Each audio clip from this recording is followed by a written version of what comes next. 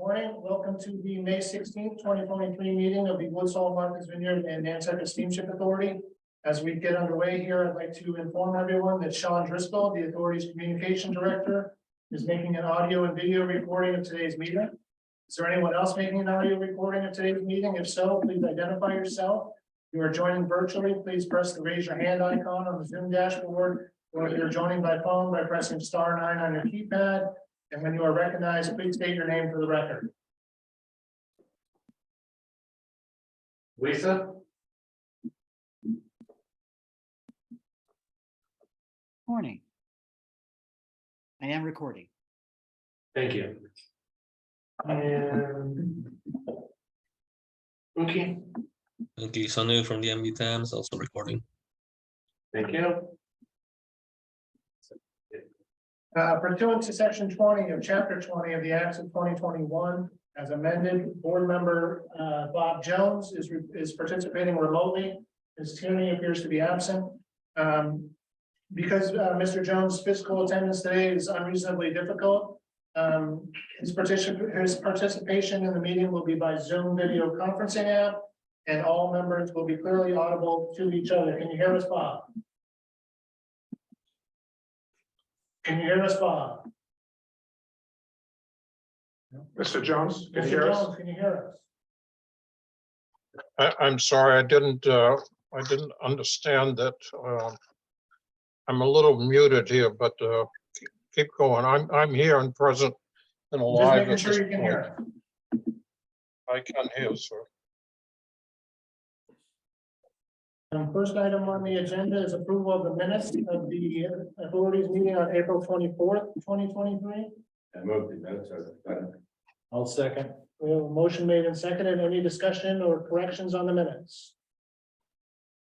Hearing none, we'll take a roll call vote. All in favor? Jeffrey, I. Falcon, I. Randy, aye. Jones, aye. There we go. Our next item is the Port Council's report, and I see Mr. Lowell from Nantucket. Thank you, Mr. Chairman, and thank you, everyone. My first time ever doing this in 19 years, just so you know. So we had the Woods Hole Terminal site work update from Bill Cloutier and the SQMS update as well. We had the MV Governor Dry Dock update from Mark Amundsen, and the status of the MV Barnstable and the Quina, which he was present down there in Alabama. We voted to approve the new licensing agreement with 41 North Offshore, which is very important for Nantucket. We also voted to approve or recommend approval, excuse me, of the 224 budget policy statement. And you guys were all pretty much at this meeting. It was somewhat of a joint meeting. And I also, on a personal note, I want to thank everyone for May 2nd. It was really a pleasure to see everybody, and also getting to meet Peter Jeffries finally after all this time. It was a pleasure, and I really do appreciate the Julia Novak's group and working with management, etc. And that's it, Mr. Chairman. Thank you very much. Thank you. The general manager's report. Good morning, everyone. So before we start, mention who else is in the room here. So in addition to myself, is Terrence Keneally, General Counsel, Mark Rosen, Treasurer Comptroller, Mark Higgins, COO, Sean Driscoll, who's running the Zoom.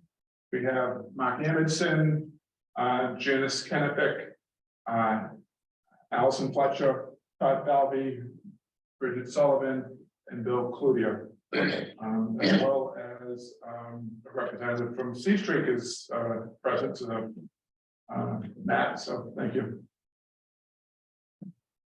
All right, so the first item is update on the website. So I'll turn it over to Sean. Thank you. Good morning, everybody.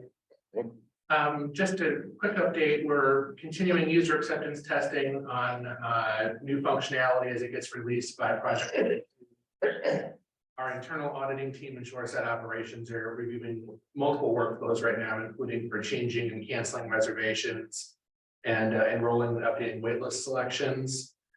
After some internal discussion, we're pausing our internal and public information sessions on the website until more functionality is available for demonstrations. And that includes postponing for now our internal train the trainer sessions, the island sessions that were scheduled for later this month, and also the virtual sessions for you guys. I just want to have more things ready to go before we start to show those off. Our total project cost right now is $2.5 million, and we're at about 96% of the budget. And we've been continuing our bi-weekly updates through the website and the e-news. So happy to take any questions. Questions from the board? Mr. Jeffrey?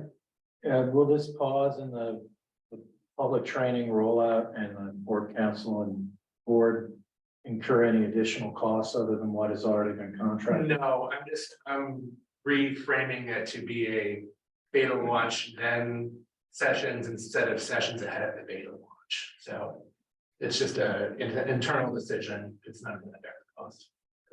Thank you. I have one other thing. Go ahead. If I may. Sean, will this have any impact on our ability to train our internal staff in terms of dealing with the public when they call in and answering questions?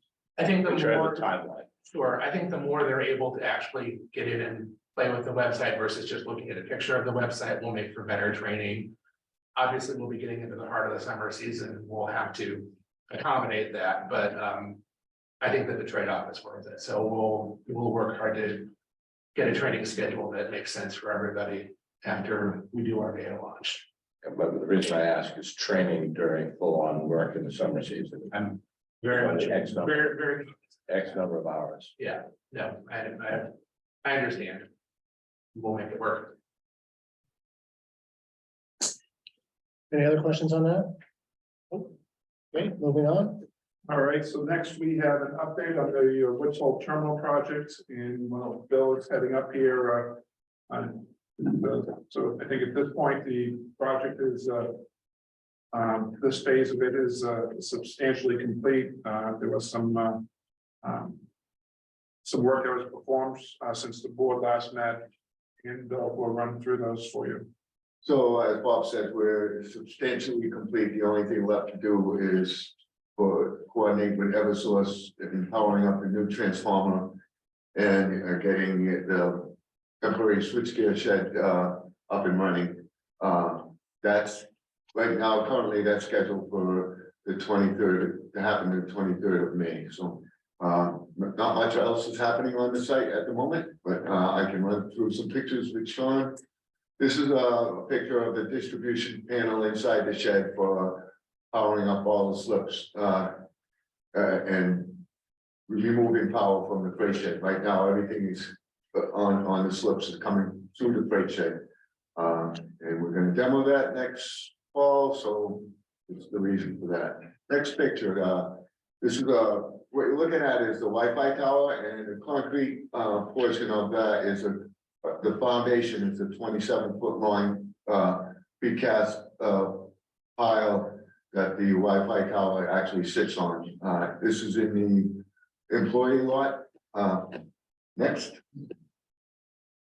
This is a picture of the Wi-Fi shed. It's going to contain the electronics for the tower. That's right in front of it. We've taken up about one parking space in the employee lot for both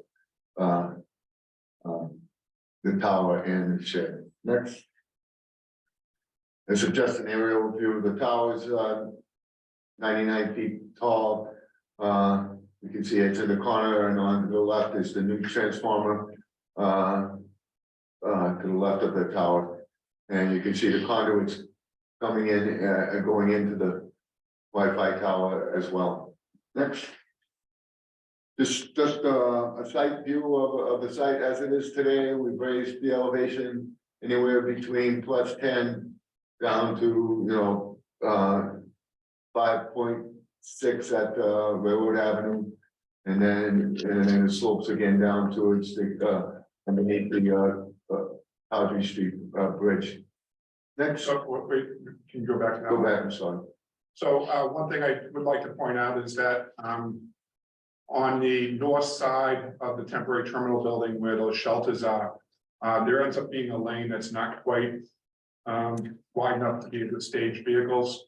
So that's the area that we're putting the bike racks because the bike racks are displaced now because there's no plaza there in front. So along that north side, they're right in that area, correct? Okay, next, just another view of the south portion of the site.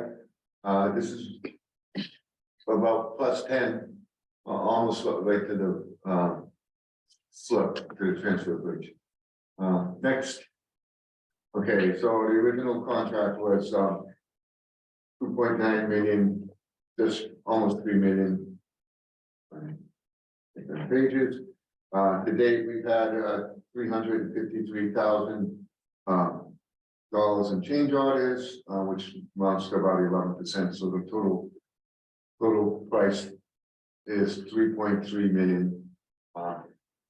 And as we speak, we're in the midst of bidding the landside contract for the terminal and the utility building, which will go on for the next 3 or 4 years. Take any questions? Mr. Jeffrey. Sorry, of course I have a question. Well, first, I just want to say that I think it's great that we're at 11.8% over budget. That's exactly where I think you've set the bar for the steamship. That's fantastic. It's well under the industry standard. So It's not a marine contract. well, I know. It's a lot easier. I do have I think it would be helpful, as you probably heard, there were some concerns about the Wi-Fi tower. About notice and permitting, if you could just run through what permits were required, and then also perhaps address whether or not this was ever in any of the plans that went out to the public in previous briefings and updates. It went out, it was in the bidding plans, sure. I don't think it is not in a flood zone on the site, and it's 100 feet away from the water, so it doesn't need conservation permits. So the only permitting that we're required to do is to get a building permit. And we go through the state building inspector, not the local town building inspector. So we did get that permit. He has all the information.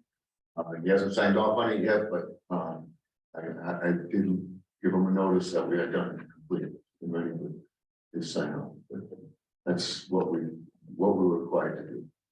So I think specifically regarding, presentations and things like that. Need to go back through and review each one of those, but. The discussions have been that the Wi-Fi tower was moved from the old terminal building to the freight shed. And now that the freight shed will be coming down here in the fall, we needed that to be moved, and we wanted to have a permanent place for this. And so I believe there was instances that we mentioned that we have to be moving the Wi-Fi tower. It's for our secure vessel communications purposes, but we can go back through and double check on this. Any other questions? Hearing none. Yep, thank you. Thank you.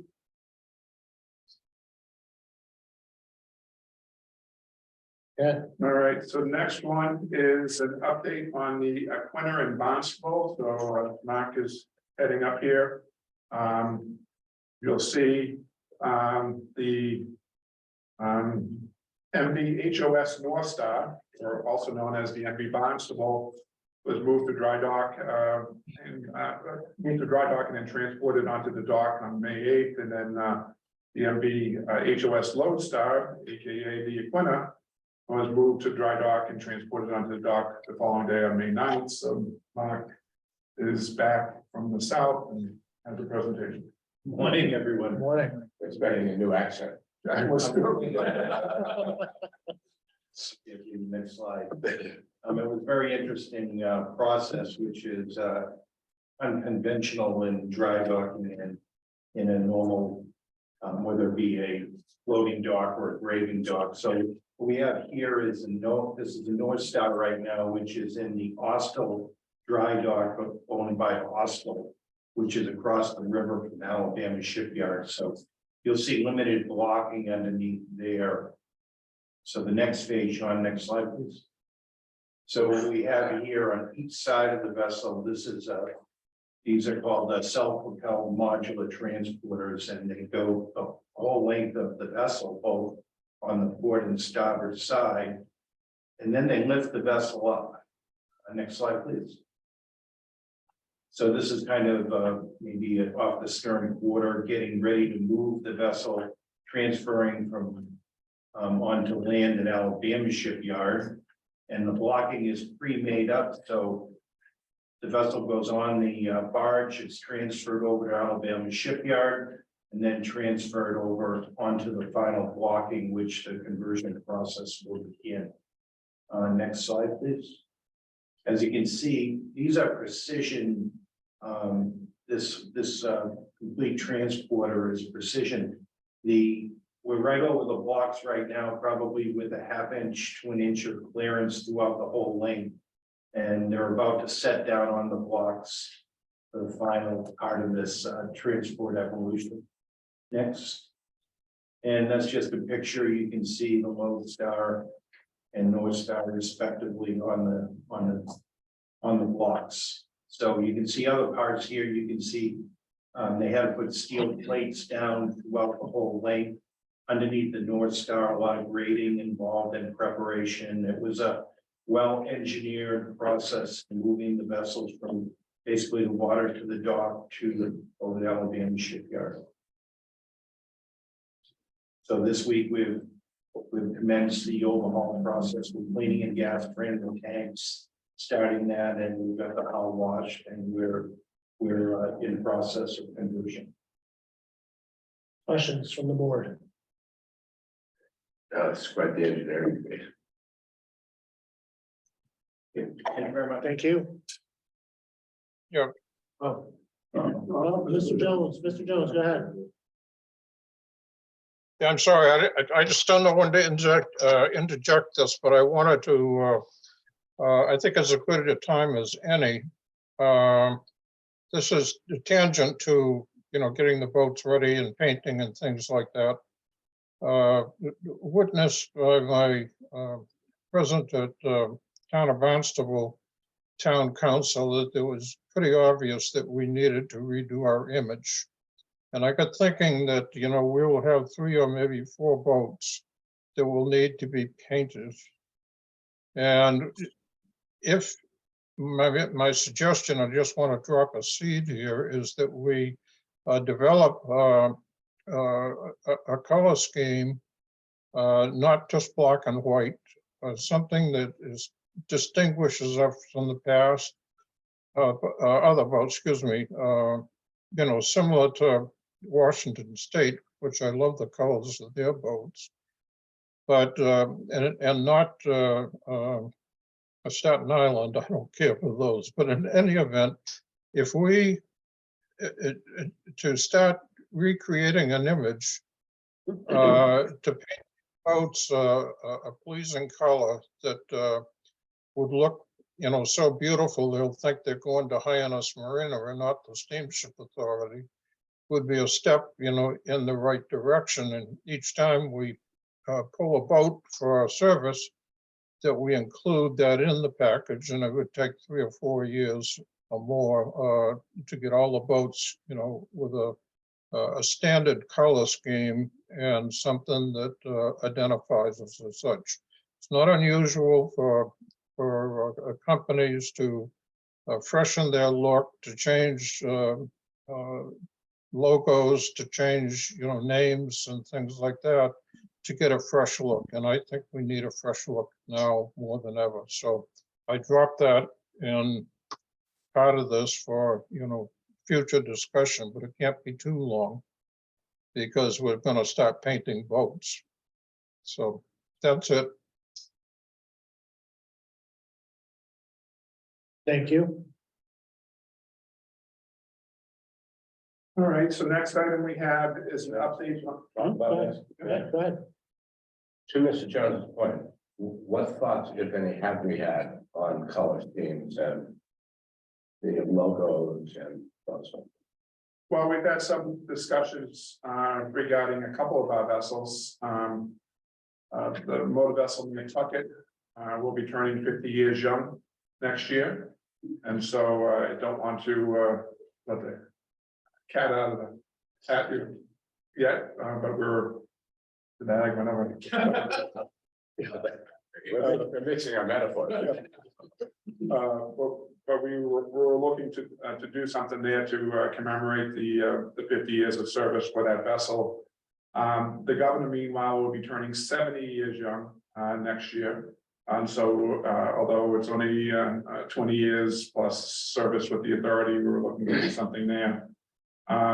We did change recently. For instance, the Eagle had the bow and stern doors were painted black. We brought those back to white like all the other vessels.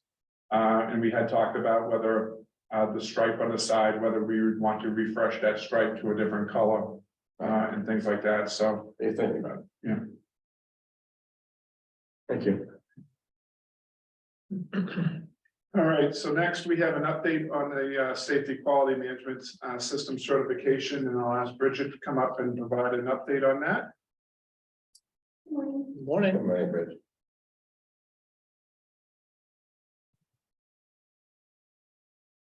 Okay.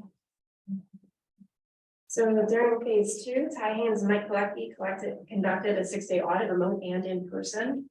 Marina auditors interviewed both shoreside and vessel employees, ensuring both our written and operational procedures conform to ISO 9001 quality standards. This audit resulted in no non-conformities nor recommendations. Many thanks to John Hess and SMS LLC consultants for their assistance in preparing the team for the audit, but truly a great achievement by the entire authority team. Next slide, please. Lead auditor Ty Haynes did provide some feedback with regards to the audit overall, commending both the authority general manager, Bob Davis, and its staff, which after only being here for a short 5 months, I can only echo his sentiments. Bob, senior management and team truly are committed to our safety quality management system, and these audit results reflect that. And together we can continue to improve them. Next slide, please.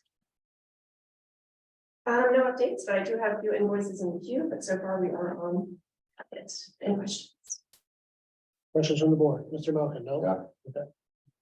So if I may, I just want to echo that, in terms of this, Bridget came on board here at the end of last year, and, her work, in order to get those no non-conformities, listed, there were some, late nights that,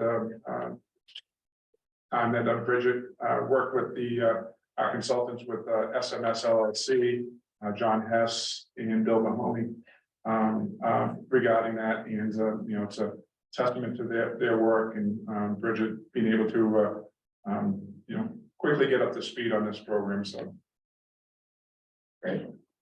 Thank you. Thank you, Bridget. and I should point out it was an entire team. It's the shoreside people, the vessel people, facilities, they all have a hand in this, and so obviously we need to continue to emphasize the importance of this program and make improvements as appropriate, but.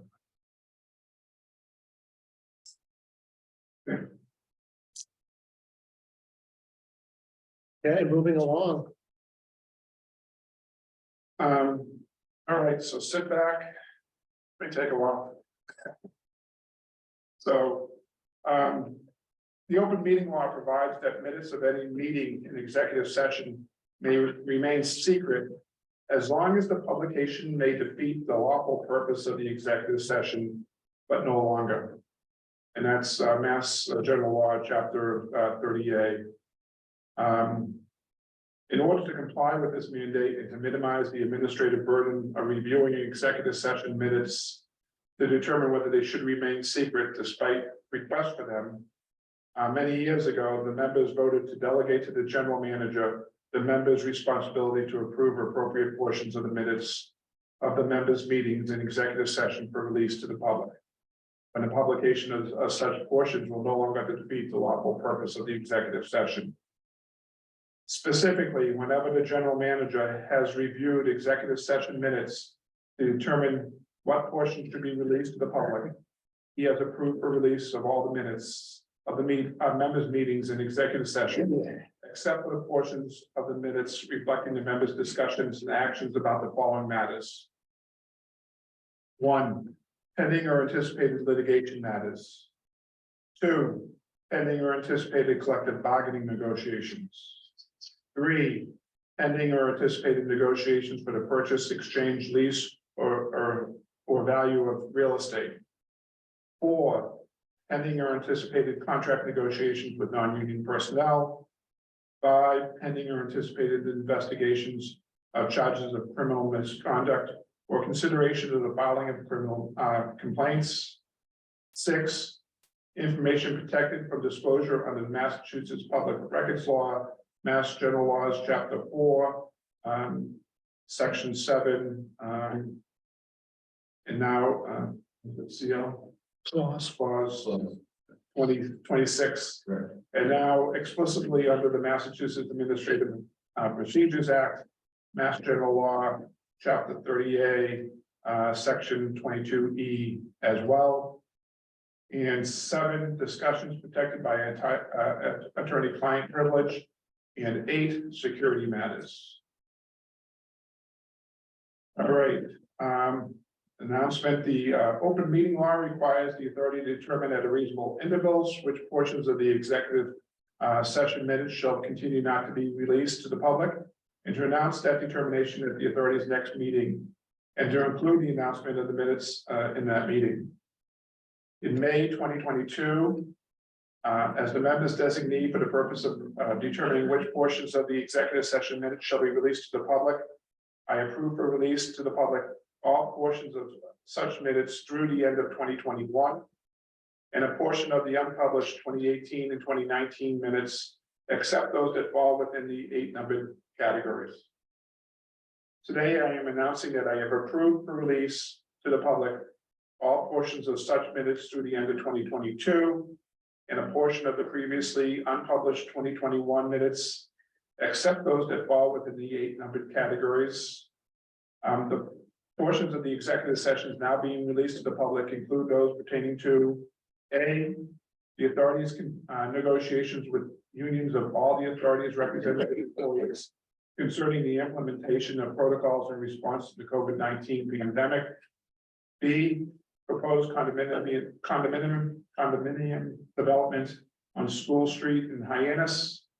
C, condo development at the corner of Union and Water Streets in Vineyard Haven and the impacts on the bus roundabout on Water Street. D, proposed lease of a warehouse located on Thomas B. Landers Road, East Falmouth. E, offer to purchase a portion of the authority's 220 Palmer Ave in Falmouth. In F, the authority's strategy sessions in preparation for executing new collective bargaining agreements with its reservations and customer service representatives, its parking and bus drivers, employees, its securities employees, its licensed engineers, and its maintenance employees in 2021 and 2022. So no action needs to be taken by the board. It's just for information purposes, and at this point, those members, those meeting minutes have been effectively released. Questions, comments from the board? Nope. Okay. You usually try to do that on an annual basis. Next item is request to obtain the members' approval for a request by 41 North Offshore LLC to renew the terms of its license agreement for freight transportation services between New Bedford and Nantucket through December 31st, 2023. Yeah, I think Jonah was there.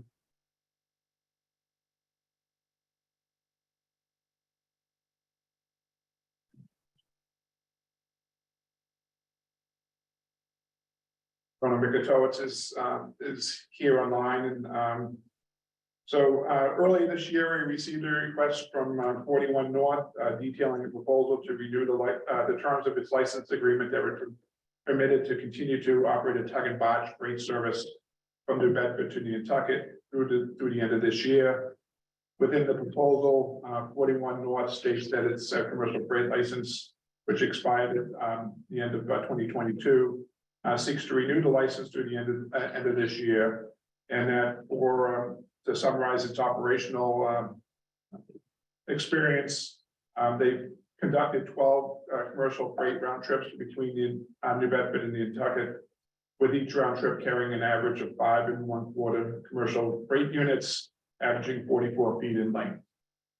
41 North indicated the customers for the trips were either unable to travel with the authority due to lack of capacity, or two, needed to move multiple units to or from Nantucket at one time for a scheduled or emergency events.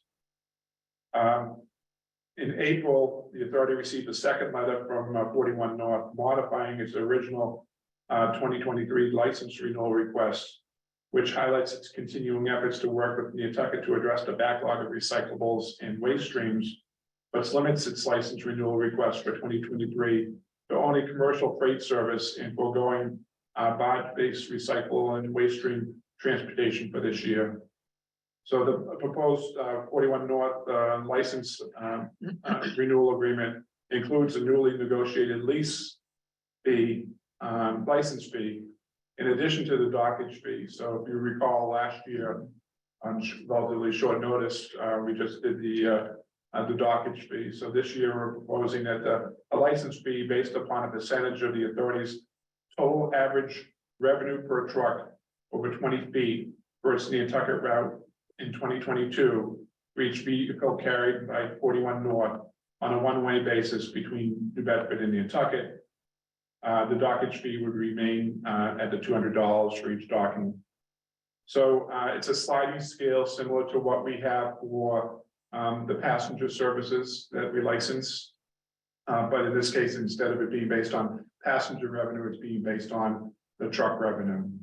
So the Port Council at their May 2nd meeting, as Mr. Lowell pointed out, voted to recommend the approval of the license. And the staff's of the opinion that 41 North's request to renew its license to operate a freight service between New Bedford and Nantucket through the end of 2023 be approved by the members. But only if 41 North continues to adhere to the terms and conditions of the authority's license agreement, including the payment of appropriate and reasonable license and dockage fees as detailed in the staff summary. And John, I don't know whether you have anything that you'd like to add at this point or. Good morning. Not necessarily. Really, I think Bob, you've just outlined touches on all the points. We're hopeful that with the board's approval here, we'll be able to continue the service that we started last year and take care of, needs that may not be able to be met by the Steamship Authority. We did talk with Terrence talked with the terminal manager, Elaine Mooney, and I know in the past that John has been in contact with Elaine and making sure that they coordinate the arrivals and departures on these trips. And John is committed to continuing that relationship, correct? That's correct. Yeah, absolutely. Yeah, and Elaine has a good relationship with Jonah, and the thing that's working well is that he understands the importance of working with Elaine. And being the one spot where everybody needs to get to, it's very important that everybody coordinate with her staff. And so last year worked well, and the proposed schedule is similar to what we did last year. So I think that it's been a good relationship, and he's been working well with her. So we don't have any misgivings about making the recommendation. I'll take a motion from Mr. Jeffrey. Go ahead. You want a motion before we I discuss? think we need a motion and then we'll discuss. Well, then I'll make a motion. Is there a second? Okay, now you can discuss. I am completely in support of this. In theory, I do think the dockage fee is too low. I know last time this was presented, we asked you to look at the dockage fee. I think at least it should reflect the inflation. I know that, I'm sure Mr. Jones will probably comment, I won't speak for him, but that's a lot of wear and tear on our dock. There was concerns about the maintenance of that dock. I know that we've had discussions about the need for dredging, the concern about spillage from the barge and unloading. So I'm in favor of the service, but with an increase in the dockage fee, I think at a minimum, it should reflect inflation. And last year, I guess the inflation rate is 6.5%. I don't think we should keep prices at the same point in terms of our dockage fee. I'd love to dock at the Steamship Authority's terminal for $200. I can tell you, this is the best dockage fee on Nantucket, especially when you consider the length of the barge. So if I may, unlike the tug and barge service that brings over aggregate over the bulkhead, Joan has modified his barge so that way it fits in the slip and it goes to the transfer bridge. So there's not as much wear and tear. It's not aggregate that's being pulled aside. It's vehicles being driven off. So it's really a time issue there.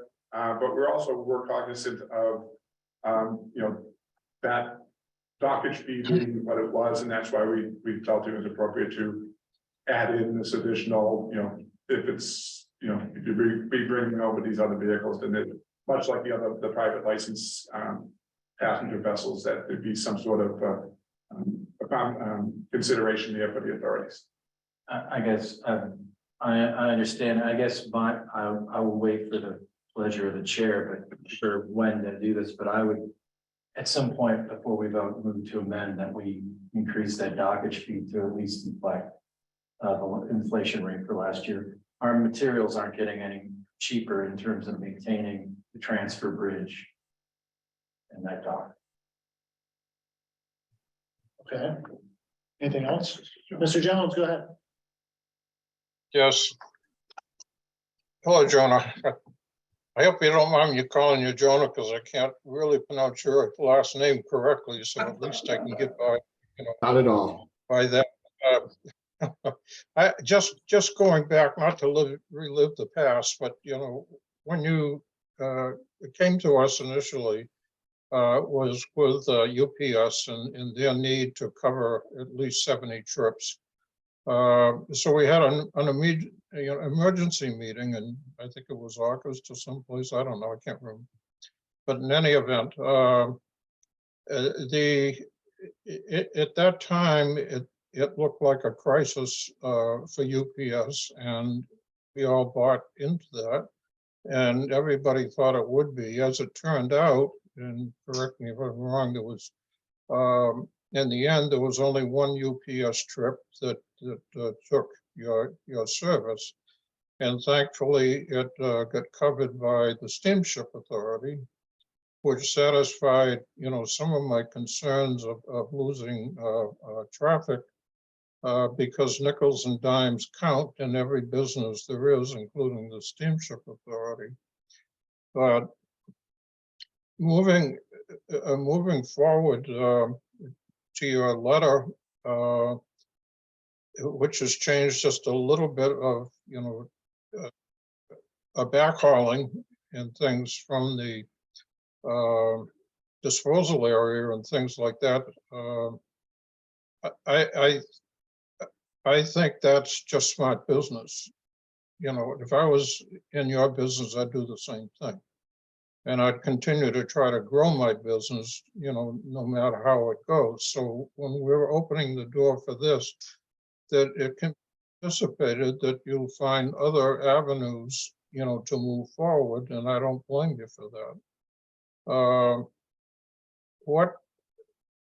What I find, what I said originally and stuff, the first discussion was it was going to be a benefit to the town of Barnstable, and that's my hometown, and whatever. If we eliminate, these trucks from the roads there, it's not going to solve the whole problems, but every little bit counts. And so, for that reason, that I'm there. Just a quick question. I think I know one of your badge operators, at least I think he works for you, but I asked him one time how long it took to get a badge, from New Bedford to Nantucket. And I think he said somewhere around 8 to 10 hours, depending on what the tide is. Is that about right? Yes, that's correct. Yeah. What time do you have to leave in the morning for that? So, Depending on when you. Go yeah, ahead. it depends on the tide, So we'll leave anywhere, some evenings or afternoons, we'll leave here 2, 3 in the afternoon from New Bedford. Other times we'll leave as late as 8, 9 in the evening.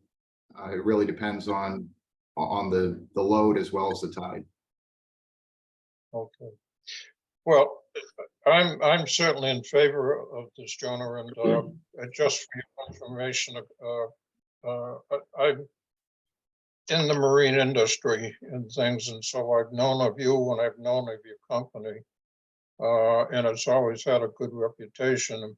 And I did get a call initially from a friend of yours that you do business with and things, recommending highly who you are, but I guess we kind of knew that from the service you provided to the authority. So with that, we're looking for bigger and better things, but I do think I would concur with, a fellow board member here that we look at the unloading fees and stuff. We just had it pumped.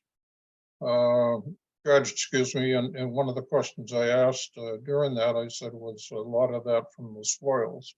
In other words, stone and stuff like that, that might have fallen over the side and things of this nature.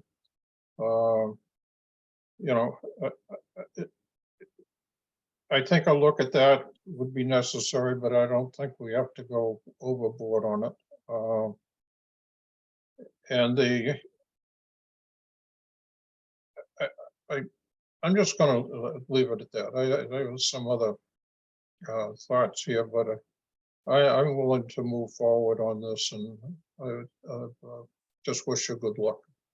Thank you. Appreciate your support. I have one issue on the licensing agreement on page 3. Item B at the top of the page, it says the authority shall be required to pay the licensee any compensation for the licensee to provide the service. Should that be shall not be required? That's true. So can we change Yes, that? we can. That's why it says draft. I mean, I'm always looking at the bottom line and I don't want to be paying for Good catch, Mr. Brandon. Mr. Jonah's service. Okay, any other, I you want guess, to make your amendment? yeah, I would move to amend that paragraph that shall not. Correct. And then second, that the dockage fee be increased from $200 to $213 to represent the inflation rate for 2022 at 6.5%. Is there a second to Mr. Jeffrey's amendment?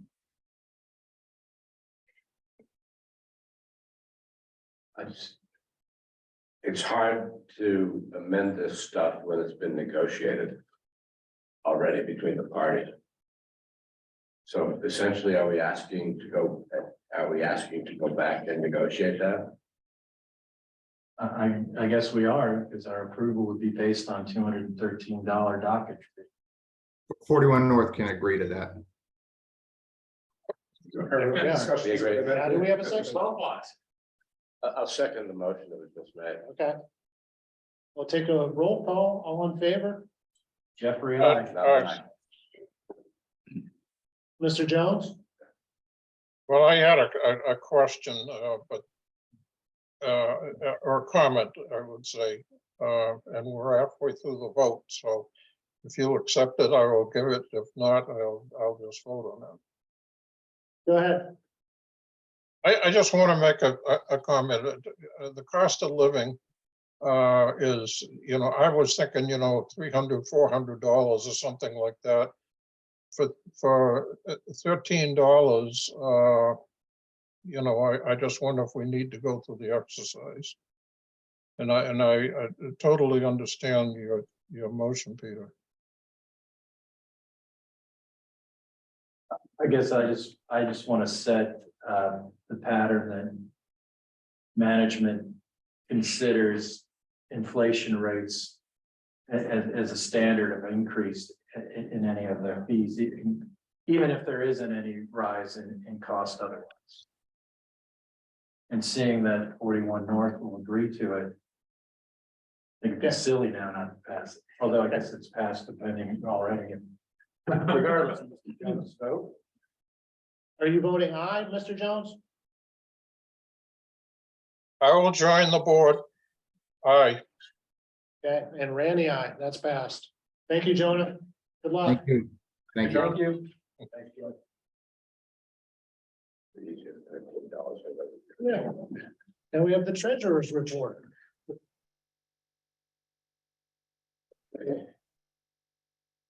Morning, Morning, Mr. Rosen. do the business summary first. Let's do it. The business summary for the month of March. Put one on the screen.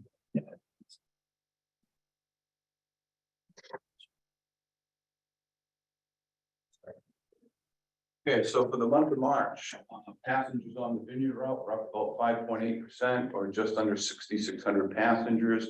The Nantucket route was up 7.6%. The conventional ferry was down while the fast ferry was up. Both routes combined were up 6%, or just under 7,700 passengers. Year to date, we're up 11.4% for both routes combined, or 37,800 passengers. And following up on a question from Mr. Mountain last month about the growth in the passengers on the Vineyard route. Looking at through April 14th, 49% of the growth was for the standard adult passengers. And 36% evenly split between the 10 ride and the 46 ride. So the year comparison really didn't change dramatically for the mix. But the biggest trip to see the growth was the 6 a.m. trip, which accounted for 11% of the growth. Thank you. Graph of the passengers combined, passengers by month. Vehicles carried. So on the Vineyard route, we're down 1.9%, or 607 vehicles. You see the standard fare autos are down. Excursion autos are up. On the Nantucket route, every category was down, totaling 711 vehicles, 12.7%. So for the month, we're down 1,318 vehicles at 3.5% passenger vehicles. But year to date, we're up 1.5%, or just under 1,500 passengers. And the shift on the standard fare and the excursion fare, that's getting back to rebalancing the percentages to what it was pre-COVID.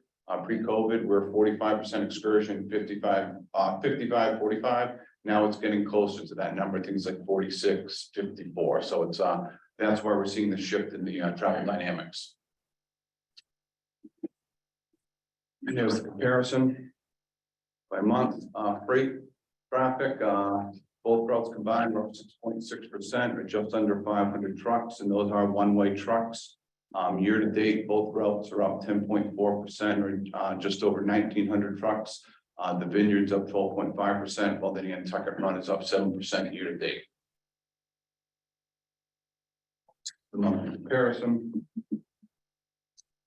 Here's a graph requested by a Falmouth member about the vehicles traveling. So this is the average vehicles per trip, all days of the week, including cars and trucks.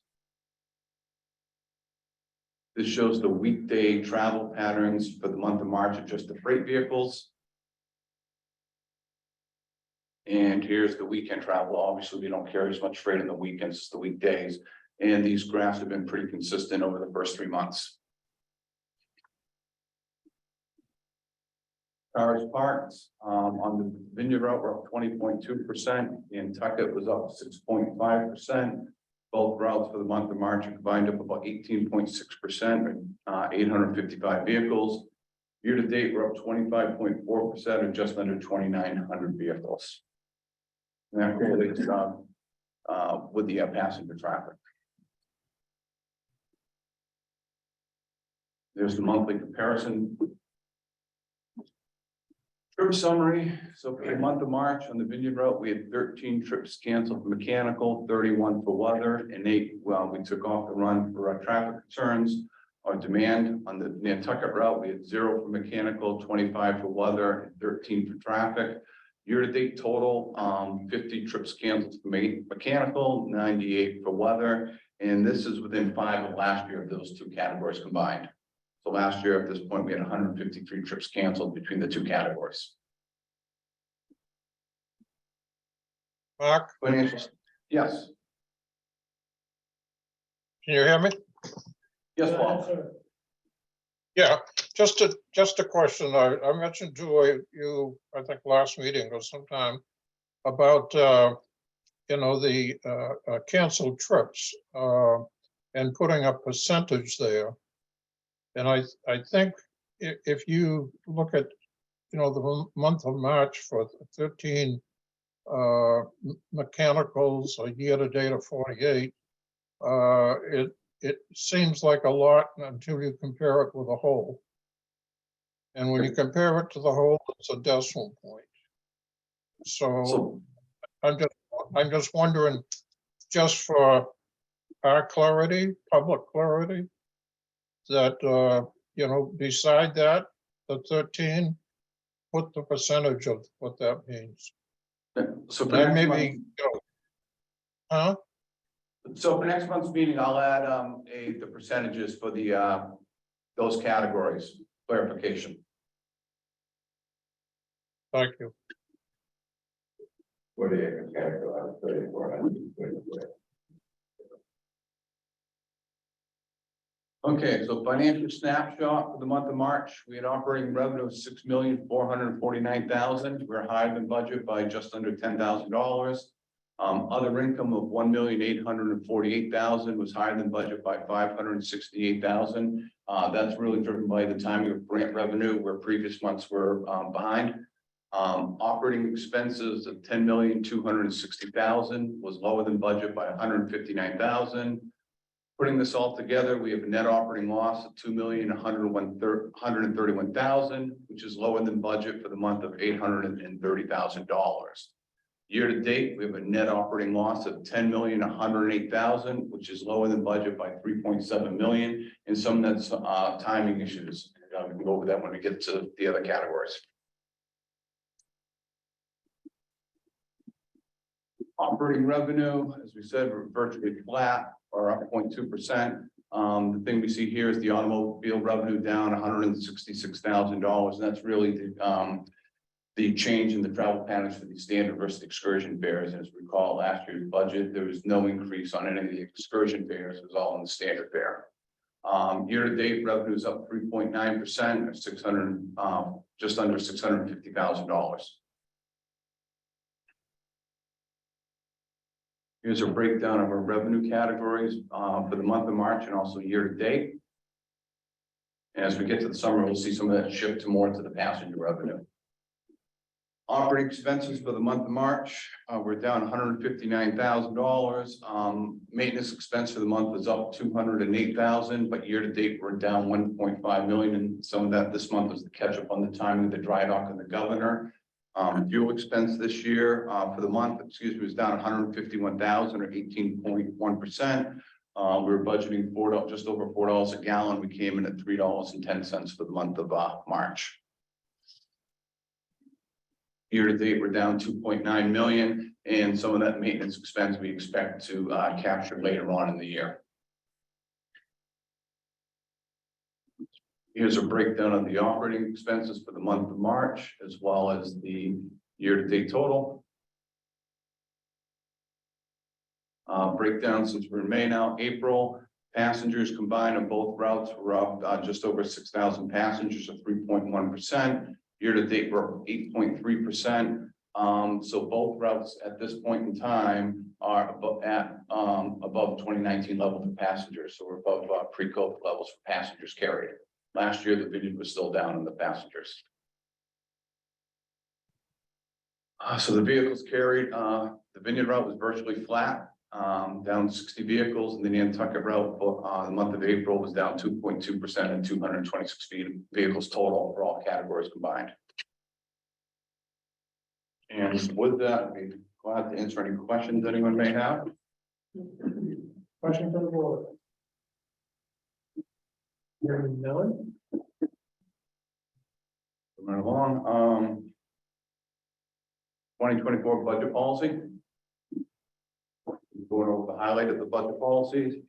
The operating revenues, we're gonna historically be based it on the past 12 months. We're also factoring any impacts or unknown extraordinary items that we need to adjust for. We'll also be looking at some housekeeping items, as Mr. Jeffries mentioned about the barge, the dockage fees, water fees, things, the miscellaneous fees that need to be caught up to what inflation are. We have a lot of contracts that are based on inflation. Conversely, we should have ours go the same way.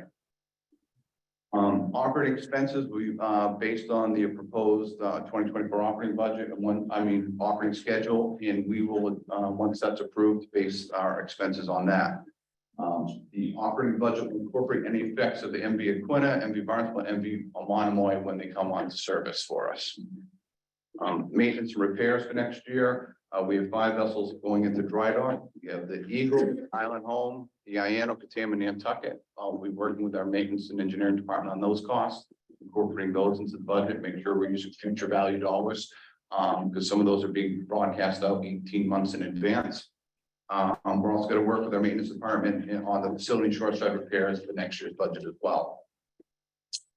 Levels of employment will be, should be consistent with this year's budget, and we'll factor in any budget, any recommendations from the IT review. Training, we're going to continue the training that we've done in the past.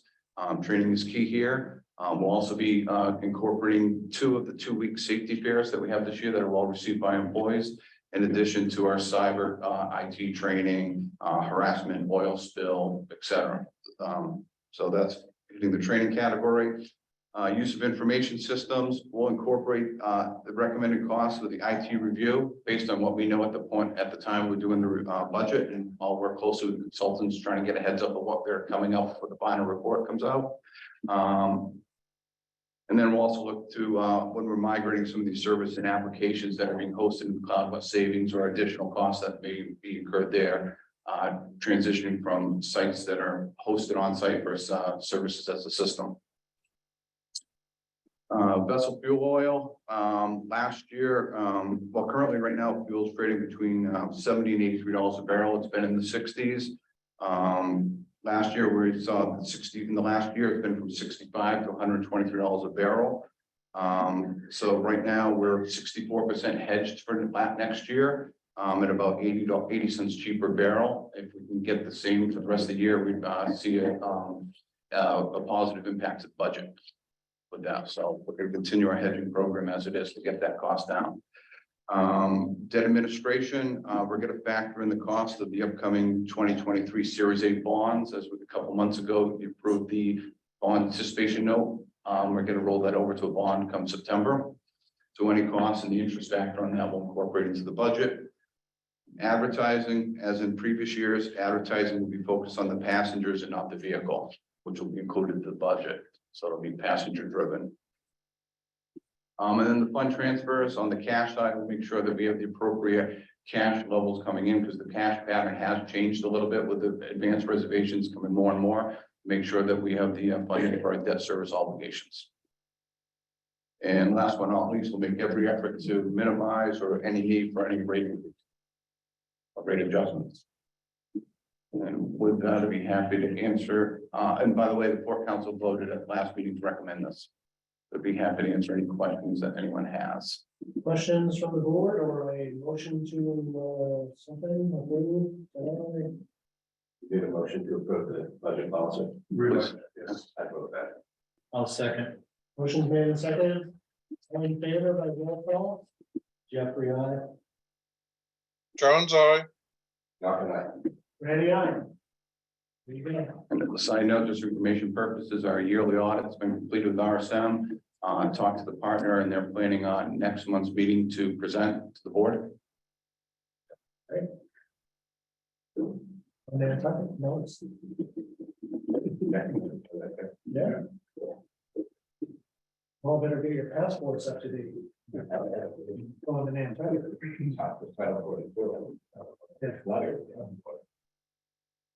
Okay, procurement. All right, so the first item we have in procurement is a request for the members to authorize the general manager to award contract number 10-2023 dry dock and overhaul services for the motor vessel Martha's Vineyard.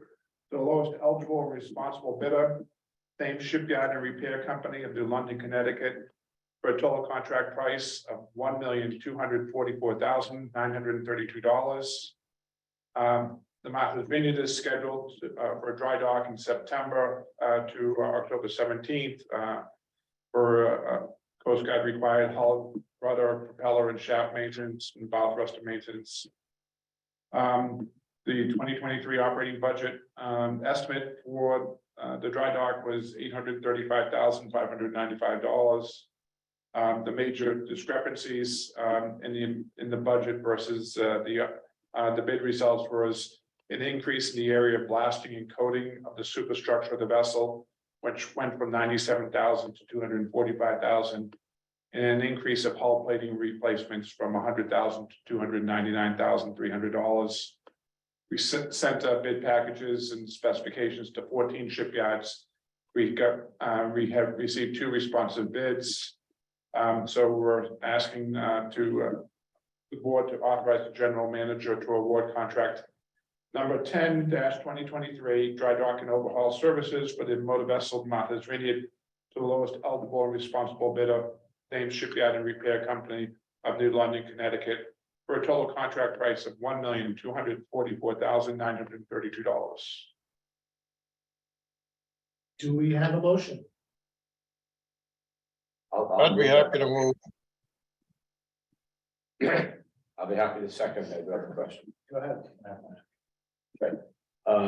Bob, one of the things that we talked about in terms of this general area of coming in with higher bids as it relates to the new vessels we're purchasing, was we're going to get a report from the authorities management on why our bid process was so under what we ultimately wound up having to do with the Barnstable, Monomoy, and Aquila. And I haven't seen that yet, but I see in here, we're a third, as our estimate, a third of what the costs are in hull plating and blasting and coating. And I wonder if this could get wrapped into that report that I'd like to see next month. Okay. And I can address today some of the factors that into the bid for the freight vessel version. That there was research that I'd be happy to address those. I'm happy to wait and do it all next month, wrap it into one. Okay, wrap it in one. Yeah. Thank you. Yes, sir. I think previous, Particularly when you have a microphone in front of you. I can speak up. and I believe Mark had gone back and looked at the dry dock contracts that we've had for the past couple, what, 2 years, 3 years? 3 years. Okay. So we have that We information. were gonna get a review and an analysis for the board. I'd like to see that. Yes, sir. Good question. Yes, question. First, I second that. That was going to be brought up. The second thing is, can we put these out for bid much earlier than what we need? I mean, is there any reason we wait when we're projecting out the budget? In part, we just seem to have the same 2 shipyards bid over and over again and not getting many other shipyards interested. I know before we did the part of the explanation is saying the shipyards have been full or busy or they have projected out work. So are we putting these out for contract too late in terms of increasing the number of bidders we could possibly get? Or is there any strategies that you could think of that we could increase the number of bids? I mean, we're left with 2 shipyards bidding. In the same 2 shipyards, I don't think we're getting on probably the best price possible. Yeah, so in regards to that, that's been one of our goals to try to get these contracts out on the streets sooner. to allow, these other shipyards to, to see what's their availability of their dock space. And whether there's an opportunity for them to bid as well. Because I do think that the longer these, wait before they go out, the less availability we have. There's not too many shipyards, these two are the closest ones to us. The rest of the time we'd be going to New York City or farther south. For any of these dry docks in order to a place for these vessels to be accommodated. So, but that has been a goal, and that's one of the reasons why we had brought on a project engineer for this. And part of this, as Mark mentioned, we're looking at some of these prices 18 months out, and things arise. For instance, on the previous dry dock, we had for the Gayhead, there's a deck hatch that needs to be replaced now. That back at the time we didn't anticipate. So the sooner we look these things over and put in some allowances, the better we're going to be. I guess part of it too is I'd like to see us look at, I know that there is an additional cost in terms of crew and fuel and time if we enlarge our geographic area, but I'd like to see that kind of analysis done at least again, so that we're getting the best bids possible. And then just factoring that in to our calculus, what's the best possible price? I mean, it still may be the best possible price, it's a closer shipyard, but maybe it isn't, even with the fuel costs, fuel costs, crew time and travel. So basically on the shipyard contracts, what we do is that within a certain geographical area, there's a factor, $22,000, I believe, for it to anywhere from here to New York City, and then from New York City farther down, it goes up to 36,000 or some number. I forget what the number is all. But just to take into account that, we send a cruise, bring the boat down there, then there's additional cost to be flying people back and the fuel and everything else. So, but we'll obviously look at, trying to drum up more interest on these. And your point about having them out sooner than later is well taken. And just looking, we're talking about, we had two bids, clearly. One's cheaper than the other by $500,000, but if we're talking $500,000, the cost of going to New York City or further south, and the plane tickets, I don't think we're flying everyone first class, so I don't necessarily think that we're going to come to a $500,000 level for that. And it will also be a little more price certainty in the budget. No, you probably won't have the summer boat to bid or the 2 in the fall, but at least in January, 2 in the spring. So 40% of the boats will have a favor range on the budget. Okay, we have a motion and a second already. We'll take a roll call vote on this. All in favor? Jeffrey, I. Jones, I. Okay. Ready? Yeah. Next. Basically, the cost of labor. Next, next we have a request for the members to authorize the general manager to execute a right of first refusal to purchase the MV HOS Polestar with Hornbeck Offshore Services LLC. Hornbeck is willing to provide the authority with a right of first refusal to purchase the Polestar upon the terms and conditions set forth in their documents. In which it's from April 18, 2023 through the end of ending on October 1st, 2023. Should Hornbeck receive an offer to purchase the vessel from a third party, prior to accepting that offer, Hornbeck shall first offer to the authority the opportunity to purchase the vessel from Hornbeck at the same purchase price offered to Hornbeck by the third party.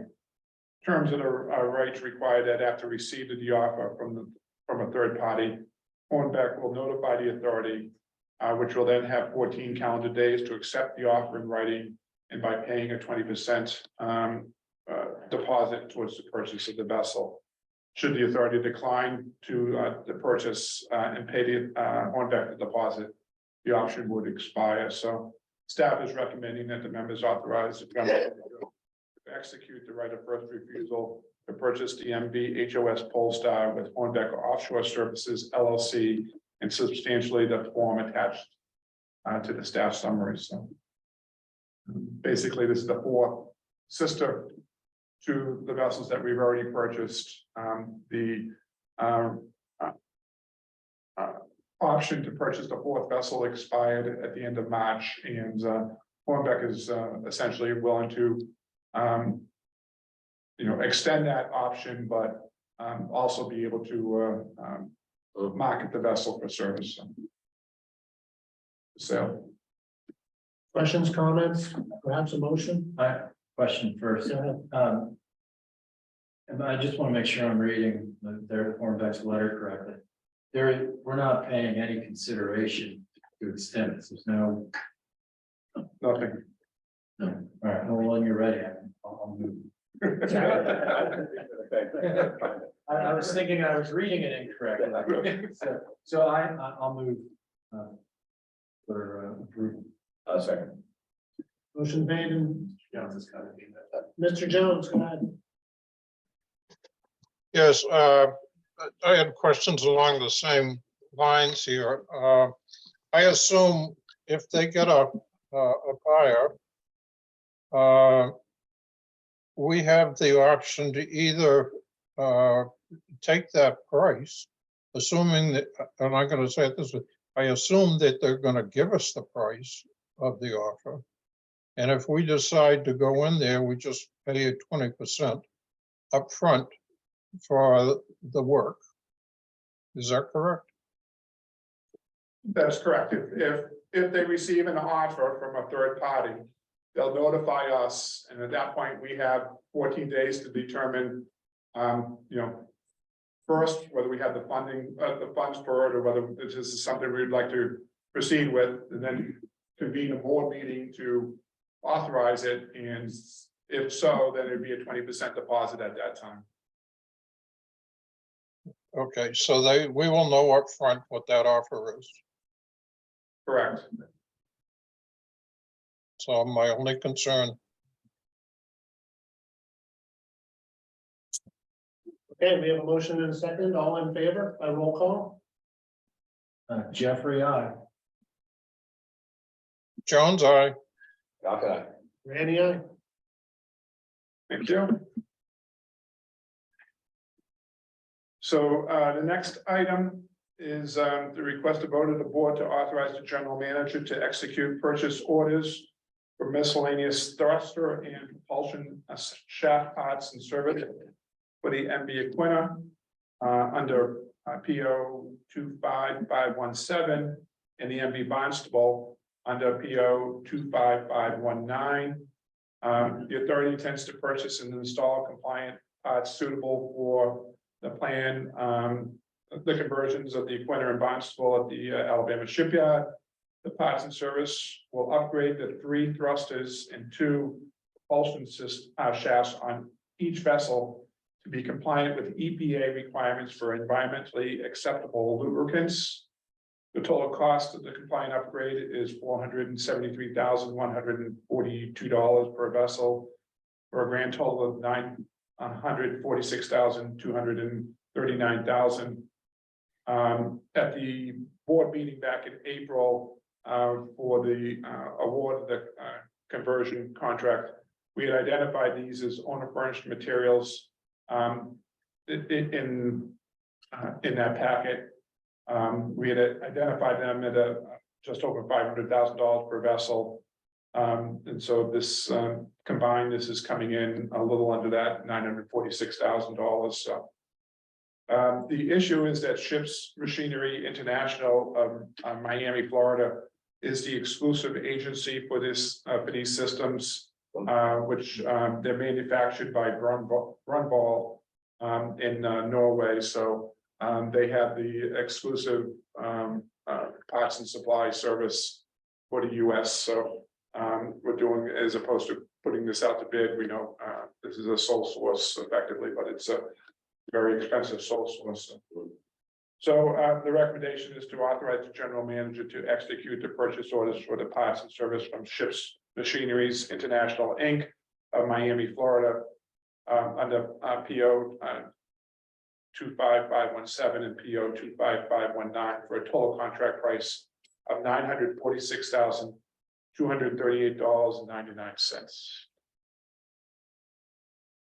I think it should be 98 cents. Is it penny? No. Mr. Jones? Yeah, just a couple of questions. This is for immediate installation on these ships, or is this going on the shelf? Well, Mac's coming up, but this would be as part of the conversion process. This is, these are gonna be installed on the vessels. I'm not sure the exact time when they'll be installed, but Mark may have an update. Yeah, in 2013, EPA came out with a mandate for any oils that are in potential contact with the sea, that they be modified to accept the environmental EAL oils, as it's called. So we knew that they weren't modified from the very beginning. All the parts that have been ordered are going to be utilized in the conversion process. And that actually going forward, there will be no necessity for spare parts on this other than changing out the seals in the future.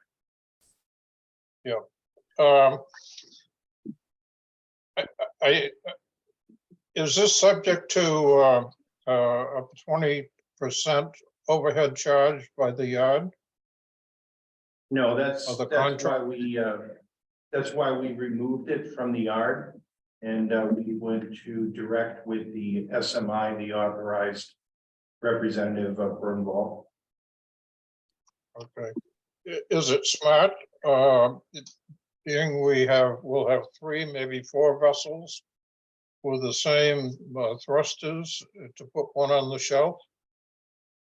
Well, as far as going through the conversion, we're gonna have to machine the shafts, take the thrusters apart, machine the shafts to accept the new style seal.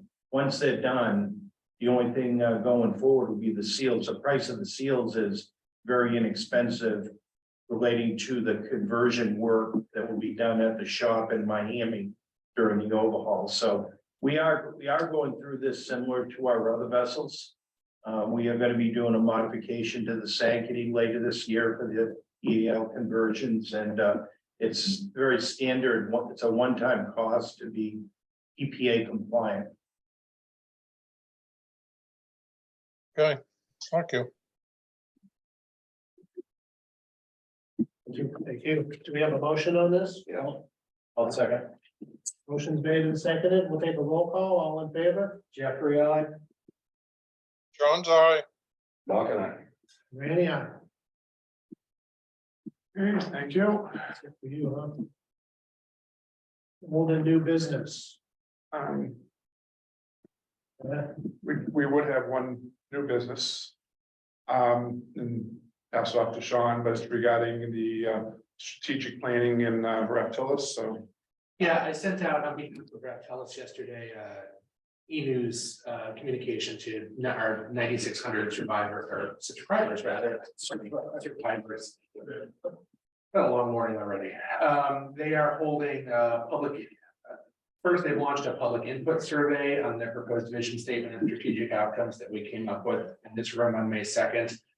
And also they're holding public input sessions starting next week. On Monday, May 22nd, it'll be from 5 to 6:30 p.m. here at the administration office. From 10:30 to noon on Tuesday, the 23rd, it'll be at the Oak Bluffs Public Library. From 5 to 6:30 p.m. on Wednesday, May 24th, it'll be at the Hyannis Terminal.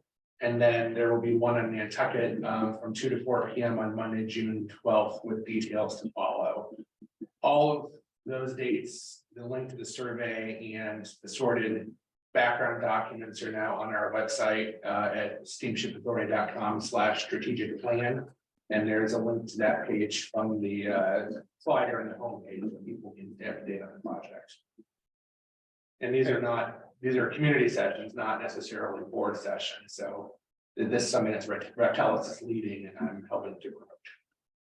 And I believe that they were made aware that there was the site that they were using for their survey, online survey, had an issue and that they were resolving that. Yeah, there was a brief glitch with one of the survey. I got some feedback, so they've already corrected that. And on behalf of Rectelis, I sent out a note to those people who were affected to let them know they can finish the survey or talk to Rectelis directly. Mr. Jones had his hand. Mr. Jones. That's exactly what I was gonna bring up. I decided to take that survey to see what it said. And coming to the first, a block of taking, you know, our strategic plan wording and stuff on our mottos and stuff that you couldn't get by the first two things. You would ask for safety and you'd plug 1, 2, 3, and then you'd go to you know, community or something, whatever, but you know what the problem is, it's fixed. Yeah. And so It's been corrected, and I took the survey myself and it's working now. One of the fields was set to only accept numeric input instead of text. So they fixed that, and it affected, you know, around 100 or so people who try to take it first thing. But they've got many other completions besides that. So it is, and it's working now. So you should be good to go if you wanted to go back to it. Okay. Public comment, Mr. Minnick. I have one question. I had asked Bob and John last August, as we were talking about more proactive communication to, as Mr. Lowe calls it, the traveling public, and for a communication plan. And I'd like to receive that at our next board meeting, please. Okay, I know that something had been put together. I thought I forwarded to you, but I'll check. Thank you. Okay, public comment if there is any.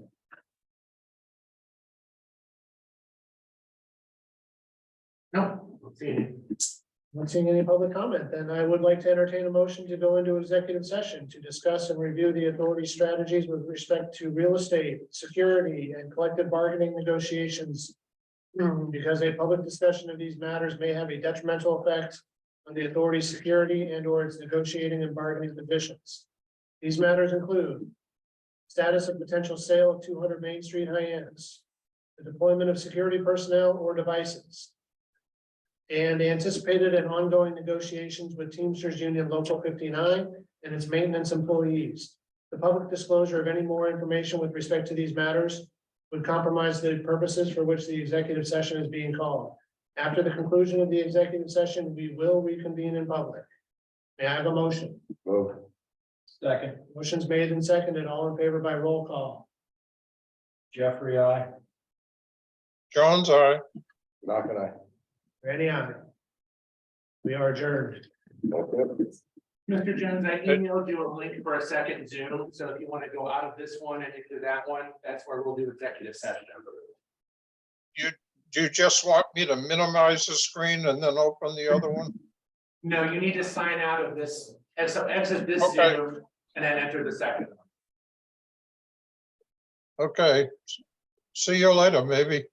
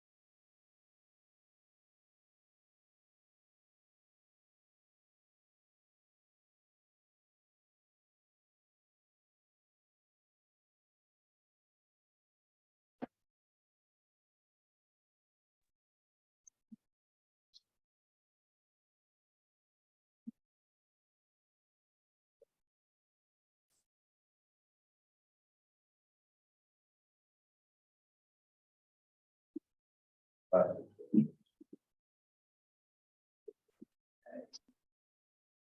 I read that announcement again? Yeah. You extended 5 minutes to the meeting.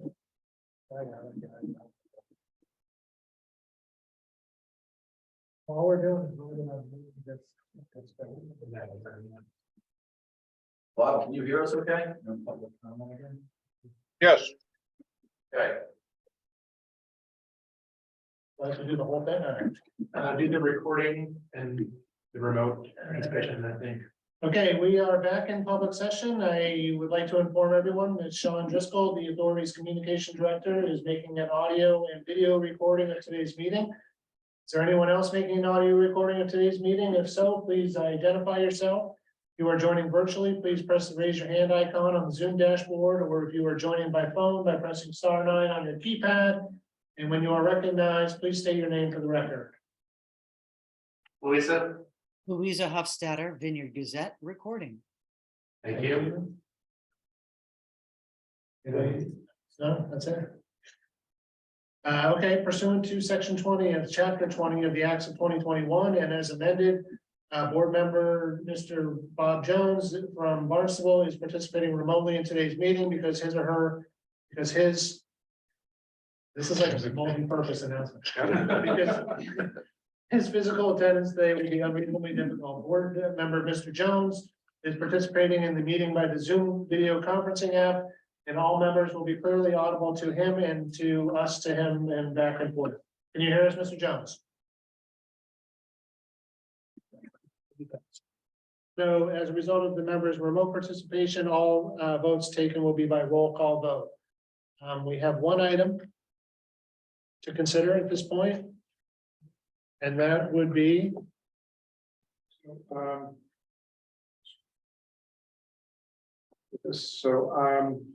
Staff would like the board to ratify a new tentative collective bargaining agreement with Teamsters Local number 59, governing the terms and conditions of employment for the authority's maintenance department employees, as described within the staff summary.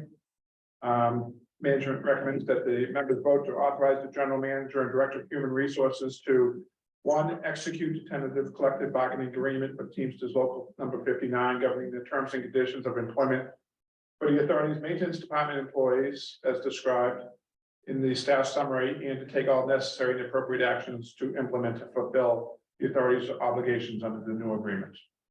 I move that. I'll second. we have a motion made and second, all in favor by roll call. Jeffrey, I. Jones abstain.